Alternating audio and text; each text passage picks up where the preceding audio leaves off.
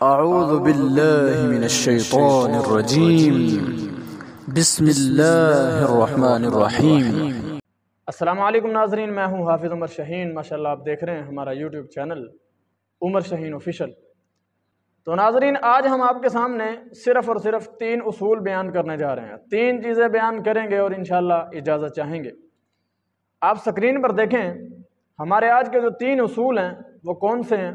پہلا اصول ہے حروف مدہ کی پہچان، ٹھیک ہے ناظرین۔ دوسرا ہمارا اصول ہے حروف لین کی پہچان، اور تیسرا ہمارا اصول ہے الف اور حمزہ میں کیا فرق ہے، اس کی تھوڑی سی وضاحت اور اپنی بات ختم کرتے ہیں۔ تو ناظرین آئیے پہلے اصول کی طرف چلتے ہیں۔ ہمارا پہلا اصول ہے حروف مدہ۔ تو ناظرین آپ ساتھ ساتھ سکرین پر بھی دیکھتے جائیے گا تاکہ آپ کو ہر چیز کی سمجھ آ جائے۔ حروف مدہ 3 ہیں، الف، واو اور یا۔ اب ہر کسی کی الگ الگ تعریف ہے، الگ الگ پہچان ہے، ٹھیک ہے ناظرین۔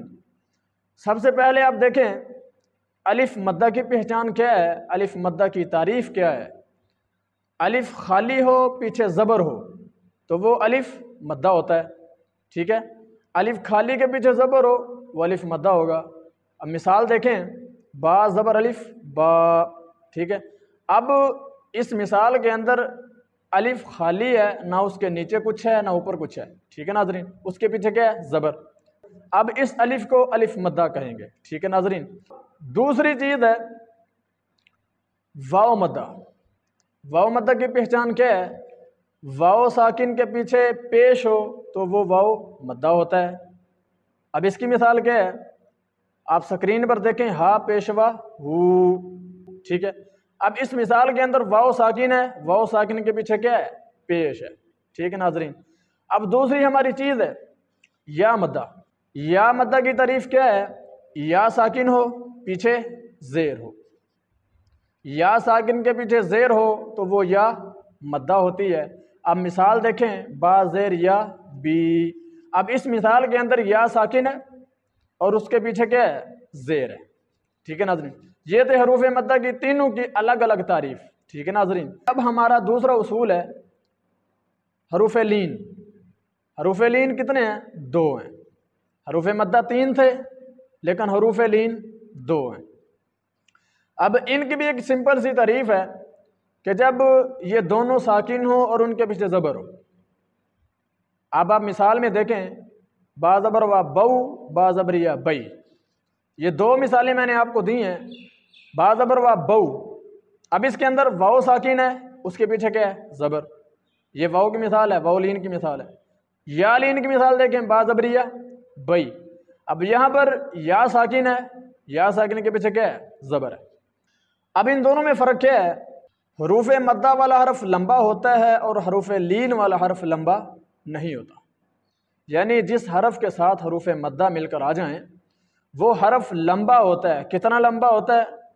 جتنا ہم کھڑی حرکات کو، کھڑی زبر، کھڑی زیر، الٹے پیش کو لمبا کرتے ہیں نا، اتنا ہی لمبا کیا جاتا ہے، ٹھیک ہے۔ لیکن حروف لین والا حرف، یعنی وہ حرف جس کے ساتھ حروف لین آ جائے، ٹھیک ہے ناظرین، تو اس حرف کو لمبا نہیں کیا جاتا۔ ہمارا تیسرا اصول ہے الف اور حمزہ میں کیا فرق ہے۔ تو ناظرین سکرین پر دیکھیں، الف وہ ہوتا ہے جو خالی ہو۔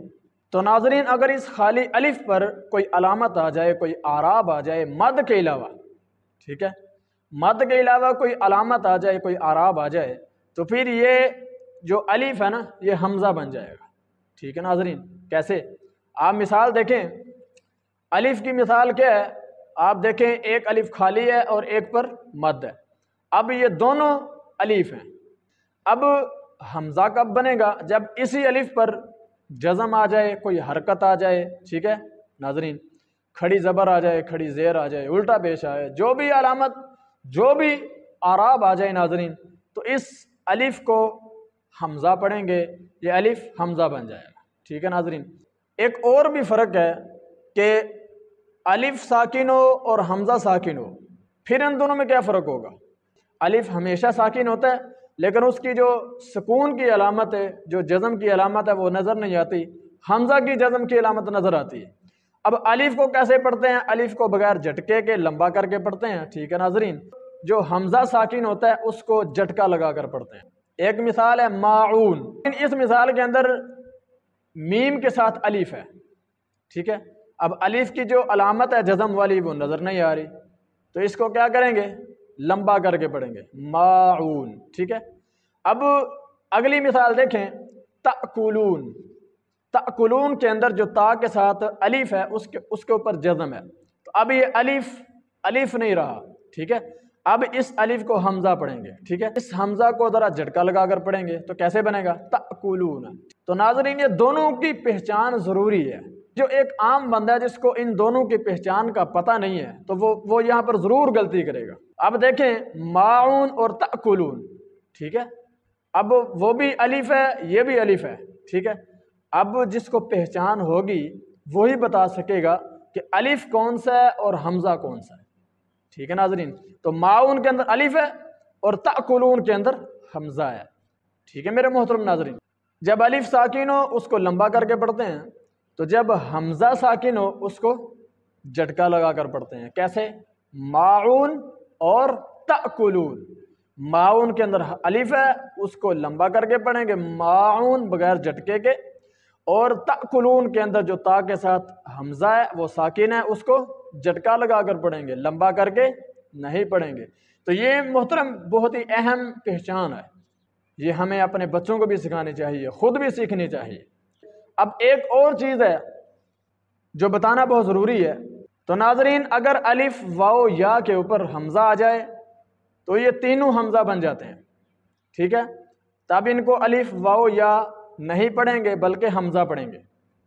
نورانی کہتے کہ جو دوسری تختی ہے اس کے اندر یہ تینوں مثالیں موجود ہیں، الف کے اوپر بھی حمزہ ہے، واو کے اوپر بھی حمزہ ہے، یا کے اوپر بھی حمزہ ہے، ٹھیک ہے، تو وہاں پر بھی بچوں کو یہ پڑھانا چاہیے کہ یہ ان تینوں کو حمزہ پڑھنا ہے، ٹھیک ہے۔ کچھ بچوں کو پڑھاتے ہیں الف حمزہ واو حمزہ یا حمزہ، نہیں، وہ الف بھی حمزہ ہے، وہ واو بھی حمزہ ہے، وہ یا بھی حمزہ ہے، ٹھیک ہے ناظرین۔ اب اس کی مثال آپ سکرین پر دیکھیں، قوری آ، یہاں پر جو قوری آ کے اندر آخر میں جو حمزہ ہے وہ یا کے اوپر ہے، ٹھیک ہے، یا کے اوپر حمزہ ہے، تو اب وہاں پر حمزہ ہی پڑھیں گے، یا نہیں پڑھیں گے، قوری یا نہیں پڑھیں گے بلکہ قوری آ، حمزہ زبر آ ہوتا ہے اور یا زبر یا ہوتا ہے، ٹھیک ہے ناظرین۔ تو یہاں پر یا نہیں پڑھیں گے بلکہ حمزہ پڑھیں گے، کیوں کہ اس یا پر حمزہ آ چکا ہے اور وہ یا حمزہ بن چکی ہے، اس لیے قوری آ پڑھیں گے۔ اب آگے دوسری مثال ہے مؤصدہ، اب میم کے آگے واو ہے، ٹھیک ہے، تو اب واو کے اوپر حمزہ ہے، اب یہ واو جو ہے وہ حمزہ بن جائے گی، تو اب حمزہ کی آواز آئے گی، واو کی آواز نہیں آئے گی، کیسے؟ مؤصدہ پڑھیں گے، حمزہ ساکن کو جھٹکا لگا کر پڑھتے ہیں تو مؤصدہ پڑھیں گے، اب اس کو موصدہ پڑھنا غلط ہے۔ تو ناظرین یہ بھی بہت اہم پہچان ہے، تو ناظرین یہ خود بھی سیکھیں اور اپنے بچوں کو بھی سکھائیں تاکہ ان کو ہر طرح کی پہچان ہو اور وہ ہر طرح کی غلطی سے محفوظ ہو سکیں، وہ اللہ تعالیٰ کے کلام کو ہر طرح کی غلطی سے پاک اور صاف پڑھ سکیں۔ تو ناظرین آج کے سبق میں ہم نے 3 اصول بیان فرمائے ہیں، میں مختصر ایک مرتبہ دہرا دیتا ہوں۔ ہم نے حروف مدہ کے بارے میں بات کی ہے، حروف مدہ کی پہچان بتائی ہے۔ حروف مدہ 3 ہیں، الف واو یا۔ الف کی تعریف کیا ہے؟ الف کی پہچان کیا ہے؟ الف خالی ہو پیچھے زبر ہو۔ واو مدہ کی پہچان کیا ہے؟ واو ساکن کے پیچھے پیش ہو تو وہ واو مدہ ہوتا ہے۔ یا مدہ کی پہچان کیا ہے؟ یا ساکن کے پیچھے زیر ہو تو وہ یا مدہ ہوتا ہے۔ تو حروف لین 2 ہیں، واو یا۔ اب ان دونوں کی تعریف کیا ہے کہ جب یہ دونوں ساکن ہوں اور ان کے پیچھے زبر ہو تو پھر یہ دونوں واو اور یا یہ دونوں لین ہوں گے۔ تو ناظرین حروف مدہ والا حرف لمبا کیا جاتا ہے اور حروف لین والا حرف لمبا نہیں کیا جاتا۔ تو ناظرین مجھے امید ہے کہ ماشاءاللہ آپ کو آج کے سبق کی ضرور سمجھ آئی ہوگی۔ اگر پھر بھی کسی چیز کی سمجھ نہ آئے تو ناظرین میری باتوں کو رپیٹ کریں، دہرائیں، تو انشاءاللہ اللہ کی رحمت سے ضرور سمجھ آئے گی۔ تو پیارے ناظرین خوش رہیں، آباد رہیں، شاد رہیں ماشاءاللہ۔ اپنی دعاؤں میں ہمیں بھی یاد رکھیں۔ اللہ تعالیٰ آپ کا حامی و ناصر ہو۔ ملتے ہیں انشاءاللہ اپنے اگلے سبق میں، اگلی ملاقات میں۔